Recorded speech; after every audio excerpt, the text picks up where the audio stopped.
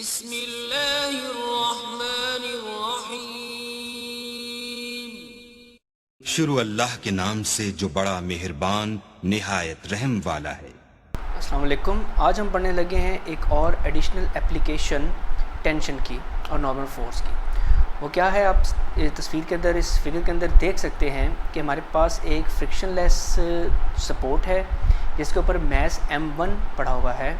मतलब कि इस पर एक फोर्स लग रही है, वेट, जो कि वर्टिकली एक्ट कर रहा है डाउनवर्ड। और इसको मैं कह देता हूँ, क्योंकि M1 है तो ये M1G है, जैसे आप फ्री बॉडी डायग्राम के अंदर ये देख सकते हैं, ये आपके सामने जो है, ठीक है। और दूसरी फोर्स जो इस पर एक्ट कर रही है वो है नॉर्मल फोर्स, जो कि ऊपर की जानिब एक्ट कर रही है, जो इसको बैलेंस कर रही है, जैसे कि आप फ्री बॉडी डायग्राम के अंदर देख सकते हैं। ये जो आपके पास फिगर B है, ये है free body diagram for mass M1, और फिगर C जो है ये है free body diagram for mass M2। सबसे पहले तो आप दिमाग में ये रखेंगे कि जो हमने पुली का इस्तेमाल करना है वो होगी आइडियल, और आइडियल के बारे में पिछले लेक्चर में बता चुके हैं कि आइडियल पुली की कंडीशन क्या होती है। अगर आप दोबारा देखना चाहते हैं तो ऊपर आपको लिंक शो हो रहा होगा, तो उस पर आप क्लिक करके उस वीडियो की तरफ जा सकते हैं। तो अब क्या है, हम इसकी डेरिवेशन देखते हैं कि ये दोनों मैसेज जो हैं एक स्ट्रिंग से कनेक्टेड हैं, एक ही स्ट्रिंग के साथ, और पुली के ऊपर से ये गुजर रहा है। लेट्स सपोज हम ये कहते हैं कि ये M2 मैस जो है ये ड्रैग हो रहा है या इसको नीचे की तरफ मूव कर रहा है, जिसकी वजह से मैस M1, जो कि नॉर्मली आपको यही महसूस होगा और होता भी ऐसे ही कि मैस M1 जो है वो मूव करेगा हॉरिजेंटली, जब M2 मैस वर्टिकली मूव करेगा। ठीक हो गया। अब हम बात करते हैं, बारी बारी डेरिवेशन देख लेते हैं फॉर मैस M1 और M2 की। सबसे पहले हम मैस M1 की बात करते हैं।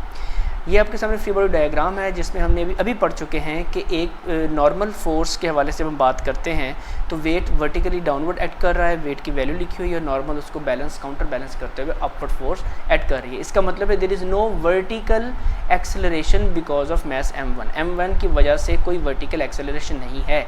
लेकिन हाँ, जब ये मैस M2 जो है डाउनवर्ड मूव करेगा तो मैस M1 जो है ये हॉरिजेंटली मूव करेगा।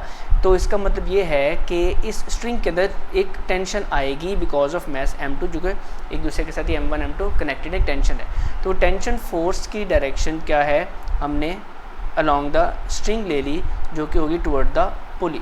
लाइकवाइज जो टेंशन फोर्स होगी, इसको मैं कहता हूँ T1, जैसे कि ये लिखा हुआ है, ठीक है। और दूसरी को मैं कहता हूँ मैस M2 की वजह से टेंशन होगी along the string toward the पुली, तो ये होगा T2 कह दिया इसको मैंने। अब हम पहले मैस M1 को सॉल्व करते हैं, इस पर डेरिवेशन देखते हैं क्या बनती है। फॉर मैस M1 क्या है, क्योंकि बॉडी मूव कर रही है, न्यूटन का सेकंड लॉ इस पर लगता है, sum of all the forces equal to mass multiply by acceleration. और ये जो मूवमेंट हो रही है because it is horizontal movement, तो वर्टिकल कंपोनेंट का हम डिस्कस इस मैस M1 के लिए, स्पेशली मैस M1 के लिए हम वर्टिकल मूवमेंट को जिक्र में नहीं लेकर आएंगे। तो M1 की बात करेंगे तो हॉरिजेंटल मोशन के अंदर हम कहेंगे sum of all the x component of forces is equal to mass को नाम दे दिया M1 का, ठीक है। और acceleration because of mass M1 है हॉरिजेंटल डायरेक्शन में, तो A1x है। अब मैंने इसको A1x को, जो कि हॉरिजेंटल मूवमेंट है, एक चीज़ आपने दिमाग में रखनी है कि जिस एक्सेलरेशन के साथ मैस M2 डाउनवर्ड मूव करेगा, उसी एक्सेलरेशन के साथ मैस जो है M1 जो है वो हॉरिजेंटली मूव करेगा, सेम एक्सेलरेशन होगा। तो मैंने कह दिया AX जो है उसको मैं A का नाम दे रहा हूँ, मैग्नीट्यूड ऑफ एक्सेलरेशन, ठीक है।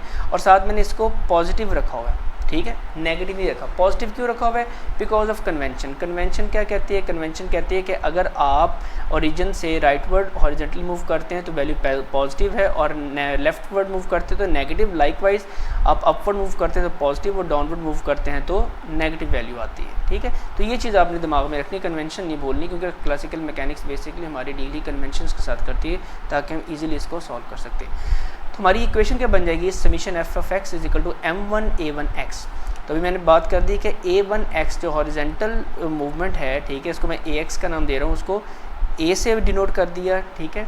और sum of all the forces, horizontal forces कितनी लग रही हैं इस मैस M1 और इस पुली के दरमियान, कितनी फोर्सेस अमल में आ रही हैं, तो आपको नज़र आ रहा है कि वो सिर्फ़ और सिर्फ जो है वो टेंशन की एक फोर्स जो है, जो कि वजह है मोशन की, ठीक है, वही आपके नज़र आ रही है। तो ये T1 अलोंग x एक्सिस है, जिसकी वजह से मैं इसको पॉजिटिव कह रहा हूँ, तो sum of all the x component forces जो कि लग रही हैं वो है T1 और इसको मैं T से, क्योंकि आइडियल पुली है इसलिए टेंशन जो है T1 T2 सेम रहेगी और एक्सेलरेशन भी सेम रहेगा। अच्छा, तो T हो गया m1a according to the equation. अब हम बात करते हैं, ये तो हमारे पास आ गया फार्मूला या इक्वेशन या result for the mass m1 कि tension because of mass m1 string में कितनी होगी। अब हम बात करते हैं मास m2 की बात करें। जब मास m2 की बात करते हैं तो वही फार्मूला हम इस्तेमाल करेंगे, लेकिन यहाँ पे थोड़ी सी डिफरेंस ये होगा कि ये जो मास m2 है that is not moving horizontally, that is moving vertically up and down. तो यहाँ पे हम जब फोर्स की बात करेंगे, इसकी मोशन की बात करेंगे, न्यूटन का सेकंड लॉ जब लगाएंगे तो हम वर्टिकल कंपोनेंट ऑफ फोर्स की बात करेंगे। तो वर्टिकली जब हम बात करते हैं, free body diagram of mass m2 आपके सामने है कि डाउनवर्ड इस पर एक्ट कर रहा है वेट, जिसको नाम दे दिया m2g का नाम दे दिया, और इसको काउंटर जो कर रही है वो है टेंशन T2, ठीक है, जो कि अलॉन्ग द स्ट्रिंग लग रही है। अब हम जब बात करते हैं कि न्यूटन का सेकंड लॉ, क्योंकि ये मूव कर रहा है, एक्सेलरेशन ज़ीरो नहीं है, तो मैं इसको ये कहूँगा कि sum of all the forces equal to ma। तो क्योंकि मास m2 है तो sum of all the y component of forces, ठीक है, इसको मैं fx मैंने लिखा है, इसको आप ये भी लिख सकते हैं कि f1x कह सकते हैं क्योंकि बिकॉज ऑफ मास m1 है, इसको आप f2y कह सकते हैं बिकॉज ये मास नंबर 2 है इसलिए। ओके, तो अब हम बात क्या कर रहे हैं, जब हम इस पर न्यूटन का second law with respect to vertical component पढ़ा तो हमारे पास ये इक्वेशन बन गई, sum of all the y component of forces on the second mass, ठीक है, is equal to this equation. अब हम बात करते हैं कि sum of all the y component forces जो इस मास m2 पर लग रहा है, वो दो फोर्सेज लग रही है, एक T2 लग रही है और एक वेट लग रही है। अब कन्वेंशन को मद्देनजर रखते हुए T2 पॉजिटिव हो जाएगी और m2g जो कि वेट नेगेटिव हो जाएगा, तो ये मैंने लिख दिया T2 positive m2g weight negative. और according to as the convention या एज अजम्पशन जो हमारे पास पुली है वो हमारे पास है आइडियल। तो टेंशन में भी बात की है कि आइडियल पुली के लिए टेंशन इनकम्प्लीट स्ट्रिंग क्या रहती है, सेम रहती है, तो T2 भी T के बराबर होगा। तो ये हमारे पास, और A2y क्योंकि आइडियल पुली है जिस एक्सेलरेशन से मास m1 मूव करेगा हॉरिजॉन्टली, उसी एक्सेलरेशन से मास m2 मूव करेगा वर्टिकली, ठीक है। तो मैं ये कहता हूँ A2 जो है, A2y कह दें इसको, ये A2 कह दें, ठीक है, ये वर्टिकल जो इसका एक्सेलरेशन वो भी क्या है, सेम है जैसा मास m1 के केस में था, जैसे कि A है। लेकिन मैं यहाँ पर, ये जैसे A है, लेकिन मैं यहाँ पर जो साइन जो है माइनस क्यों यहाँ पे डिनोट कर रहा हूँ, वो इसलिए कर रहा हूँ क्योंकि एक्सेलरेशन की जो डायरेक्शन होती है टुवर्ड द फोर्स होती है नेट फोर्स। तो नेट फोर्स डाउनवर्ड लग रही है जिसकी वजह से मूवमेंट हो रही है और वो उसी डायरेक्शन में एक्सेलरेशन प्रोड्यूस हो रहा है। तो downward direction according to the convention आप उसे नेगेटिव लेंगे, ठीक है, तो इसलिए मैंने माइनस रखा है। ओके, तो अब मैंने क्या किया, sum of all, let me change the colour, sum of all the y component forces जो मैंने एक बनाई इक्वेशन ये, ठीक है, इसको ऊपर इक्वेशन में पुटअप कर दिया और A2y की वैल्यू को भी मैंने इसी इक्वेशन में, ये जो आपके सामने ऊपर है, इसको पुटअप कर दिया। तो हमारे पास फाइनली रिजल्ट क्या बन जाएगा, ये सारी इसका मजमुआ क्या हो जाएगा, ये हो जाएगा T2 जो कि T के बराबर है, मेंशन कर चुके हैं, T is equal to T minus m2g is equal to क्या है, ये m2 और A2y की वैल्यू है -a, तो मैंने ये -a लिख दी। तो वैल्यू हमारे पास बन जाएगी, इस पर मैंने एक्सेलरेशन की वैल्यू बना ली, ठीक है, तो ये मल्टीप्लाई करके और डिवाइड करके तो हमारे पास बन गई -T minus m2g over m2 is equal to a। हमारे पास T और a की वैल्यू आ गई है, लेकिन ये एक्सेलरेशन की value in the term of tension है। तो मैंने इक्वेशन 3 और इक्वेशन 1 को, इक्वेशन 1 2 ये तीनों इक्वेशंस को मैं डील करूँगा और मैं इनका फाइनल रिजल्ट फॉर टेंशन और एक्सेलरेशन मालूम करूँगा, क्योंकि हमारा ऑब्जेक्टिव यही है कि हमने स्ट्रिंग के अंदर टेंशन और बॉडी जो मूव करी किस एक्सेलरेशन के साथ मूव करी हमने वो मालूम करना है। तो हमने जो T की वैल्यू हमने मालूम की है is equal to m1a equation 1 के अंदर, ये हमने पुट कर दी इक्वेशन नंबर 2 के अंदर। इक्वेशन 1 को जब इक्वेशन 2 में पुटअप किया, इस पर मैथमेटिक्स लगाई, तो ये देखिए T की वैल्यू आ गई m1a माइनस m2g और माइनस m2a। जब इसको सॉल्व किया एक्सेलरेशन के टर्म के अंदर तो हमारे पास ये रिज़ल्ट आ गया आपके सामने, m2 over m1 plus m2g।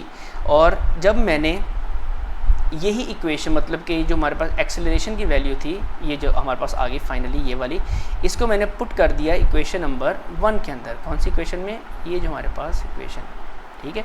इस इक्वेशन में जब पुटअप किया तो हमें नज़र आ रहा है T is equal to m1 और a की जो वैल्यू है ये वाली, ये वैल्यू पुटअप की तो बन गया m1, ये देखें m2 g over m1 plus m2, तो ये हमारे पास टेंशन की वैल्यू आ गई। तो ये हमारे पास इक्वेशन बन गई, या कह सकते हैं कि जो हमारे पास सिस्टम हमने डेवलप किया ये टेंशन और एक्सेलरेशन के हवाले से इस इक्वेशन को फॉलो करेगा। देखिए हम लिमिटेशंस लगाते, लिमिट्स लगा कर देखते हैं क्या ये इक्वेशन हमारी सेटिस्फाई होती है। अगर मैं आपसे एक सवाल करूं, m2 मैथ जो है ना वो ज़ीरो हो जाता है, मतलब कि यहाँ पे कोई मैथ ही नहीं है, तो आपके दिमाग में क्या आएगा कि इस ब्लॉक, क्या ये ब्लॉक मूव करेगा, या इस ब्लॉक में ये इसके अंदर, ये स्ट्रिंग के अंदर कोई टेंशन होगी? नहीं, स्लैक कर जाएगी, ढीली हो जाएगी। कुदरतन ये बात दिमाग में आ रही, ढीली हो जाएगी, ठीक है, कोई टेंशन नहीं होगी, तो कोई एक्सेलरेशन इसमें प्रोड्यूस नहीं होगा। तो हम ये करके देखते हैं कि m2 को ज़ीरो पुटअप करते हैं अगर इसी इक्वेशन में ज़रा, क्योंकि ये मैं अब जो बात करने लगा हूँ दैट इज़ थ्योरेटिकली बात करूँ, मैं इसको लिखूँगा नहीं। m2 को मैंने ज़ीरो किया, ठीक है, सॉरी टेंशन में m2 को जब मैंने ज़ीरो किया तो ये क्या हो गया, तो सारी ज़ीरो ने पूरी वैल्यू को ज़ीरो कर दिया, तो टेंशन हमारे पास क्या आ जाएगी, ज़ीरो आ जाएगी। वही बात है ना, वो जो आपके रस्सी है, जो कॉर्ड है, स्ट्रिंग, वो ढीली हो जाएगी, टेंशन नहीं होगी ना। और एक्सेलरेशन m2 ज़ीरो, तो एक्सेलरेशन भी ज़ीरो। इसका मतलब ये इक्वेशन हमारी इस दलील को, ये इस लिमिट को जो हम बना रहे हैं उसको फॉलो कर रही है। अच्छा, दूसरी बात, अगर m1 ज़ीरो हो जाए, मतलब कि यहाँ पे मैथ ही नहीं लगा, तो ऑटोमेटिक दिमाग के क्या कहता है, मैथ m2 गिर जाएगा, फ्रीली फॉल कर जाएगा, गिर जाएगा, ठीक है, अंदर एक्शन ऑफ ग्रेविटी गिर जाएगा।